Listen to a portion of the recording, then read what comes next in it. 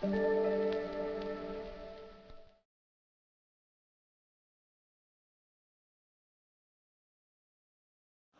first part of this video, we have learnt about plant tissue. Now today we are going to learn about animal tissue.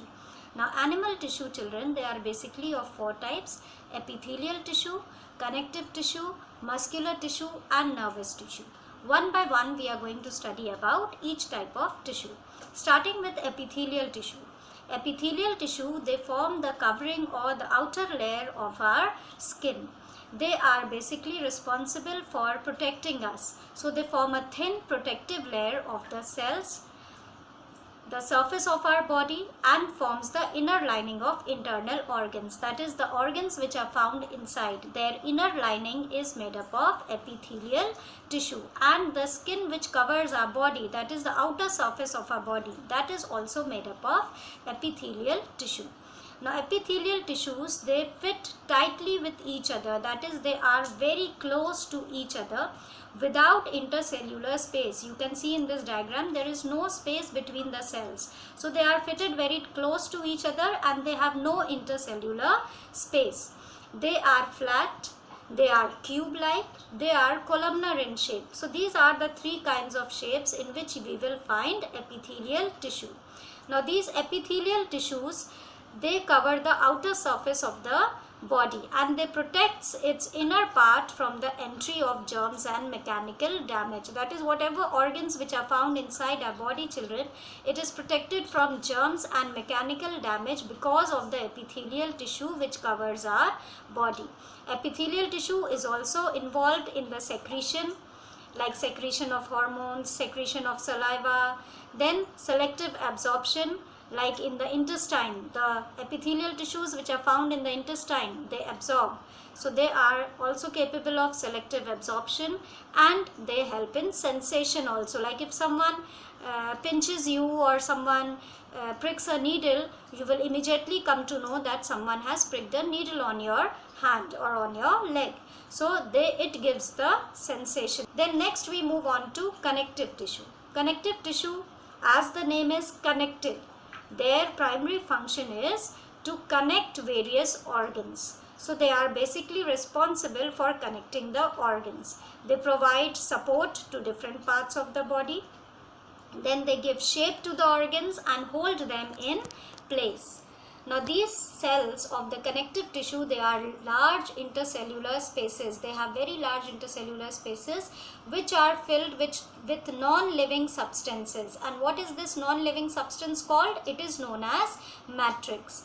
This matrix can be soft, fibrous, fluid or solid, depending upon the type of connective tissue. Whatever type of tissue is, depending upon that, we can say the matrix can be soft also, the matrix can be fibrous also, it can be fluid or it can be solid. Now on the basis of structure and function, the connective tissue have been further divided into different categories. Now here you can see in this table, children, connective tissue, it is of three types: connective tissue proper, supportive connective tissue and fluid connective tissue. Connective tissue proper is of two types: loose connective tissue and dense connective tissue. So first we will learn about connective tissue proper.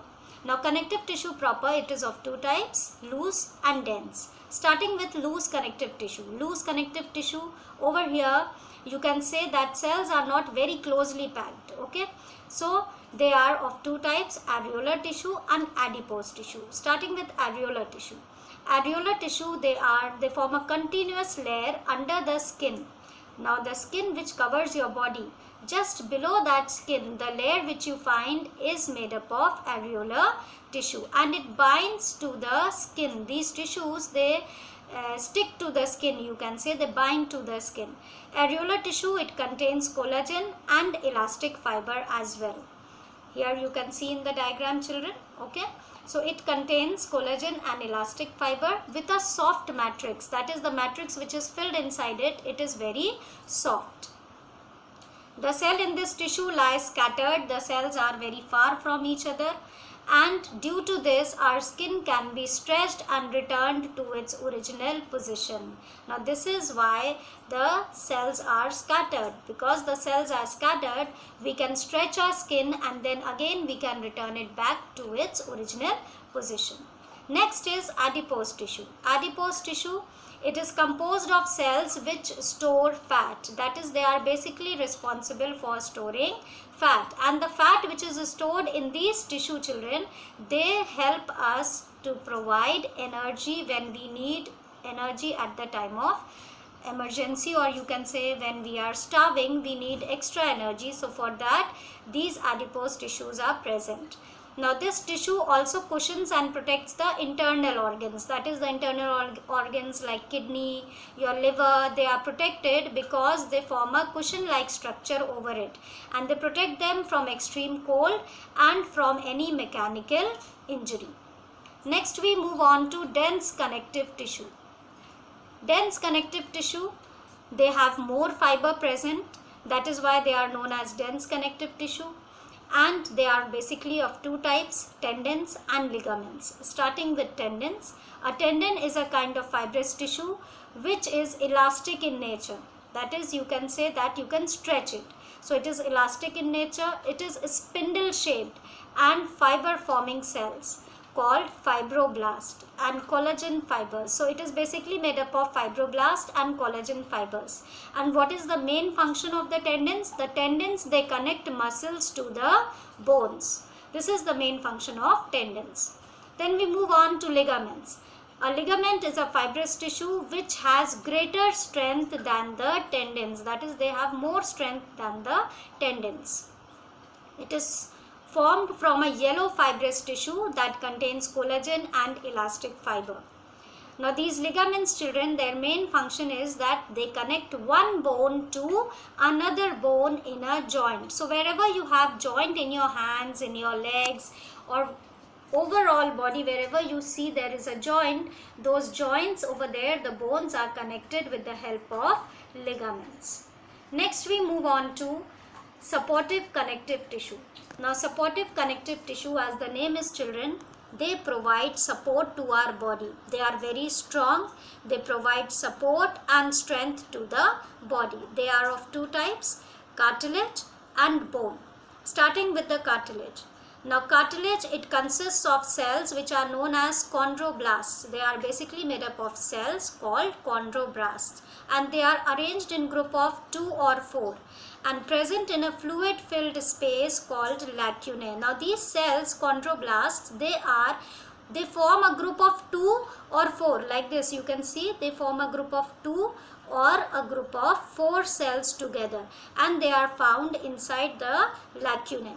The thick matrix basically made up of calcium, which make it soft and elastic in nature. The matrix which is present in these cells, it contains high amount of calcium in it, because of which they are very soft and elastic in nature.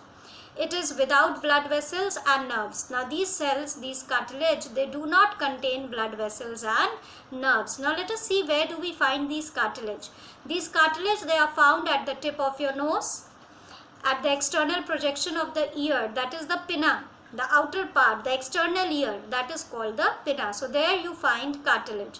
Then rings of trachea. What is trachea? The air pipe, you can say.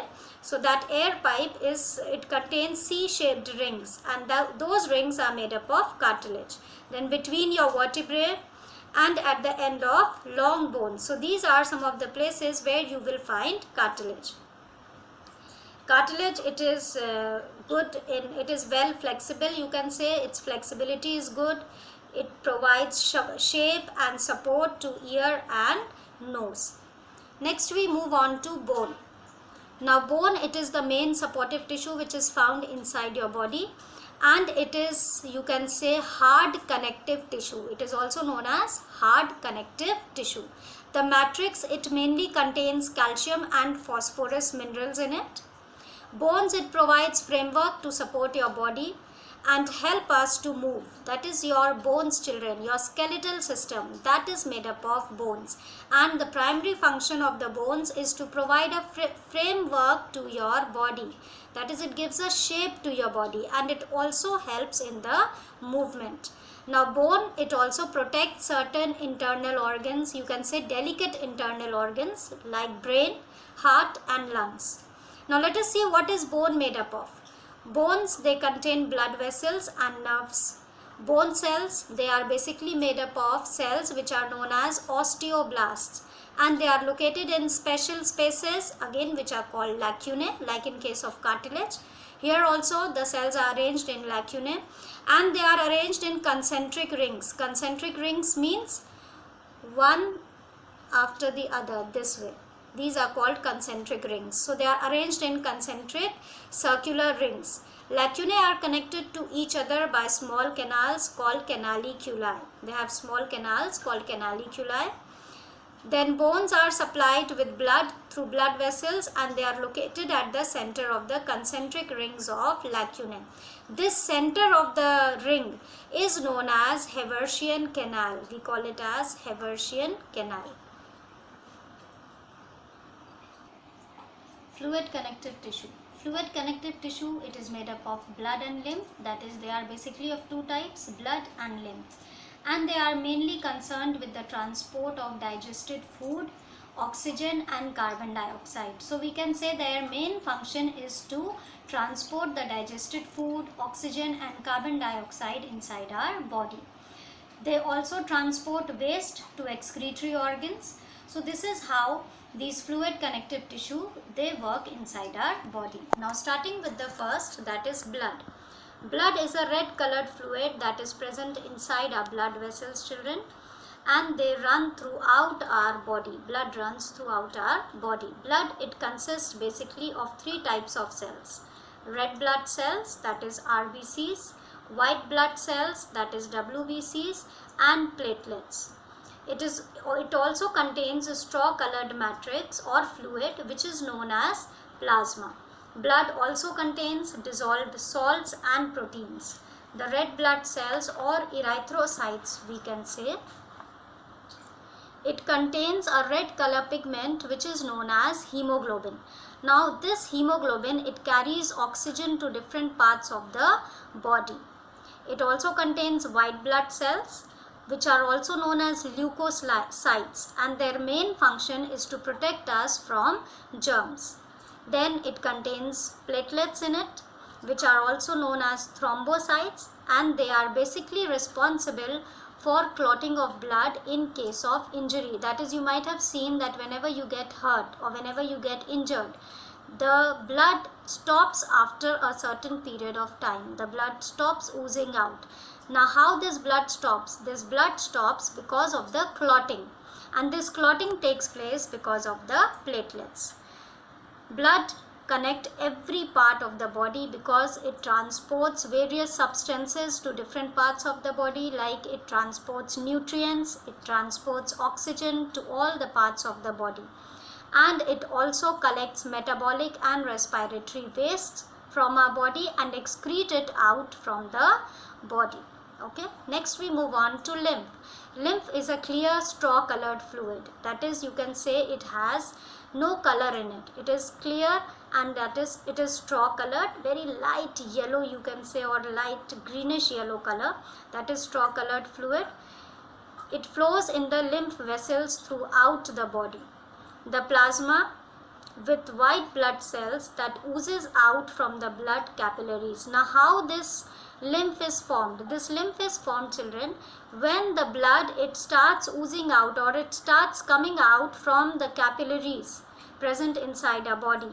Then it forms lymph in it. The network of vessels which carries the lymph throughout the body are known as lymphatic system.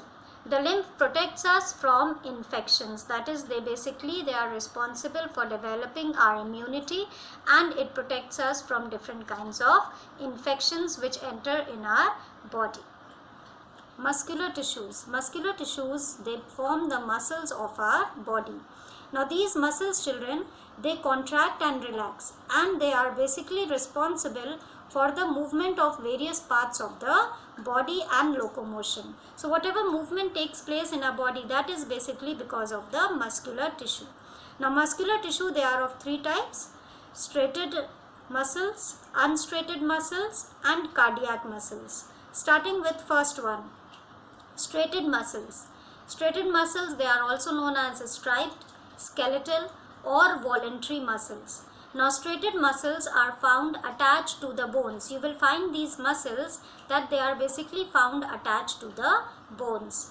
These muscles are made up of long and cylindrical cells. They have long and cylindrical cells which have stripes in it. They are striped or striated, and they have light and dark bands present in it. Because of this, they are known as striped muscles or striated muscles. These muscles are present in bundles covered by connective tissue. These muscles, they get tired very easily. Striated muscles are found attached to the skeleton and are thus also known as skeletal muscles.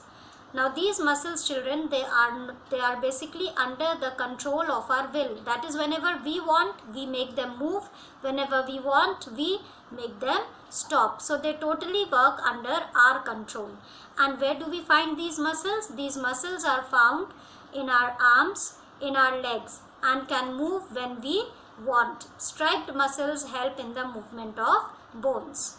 Next is unstriated muscles, which are also known as smooth, unstriped, or involuntary muscles.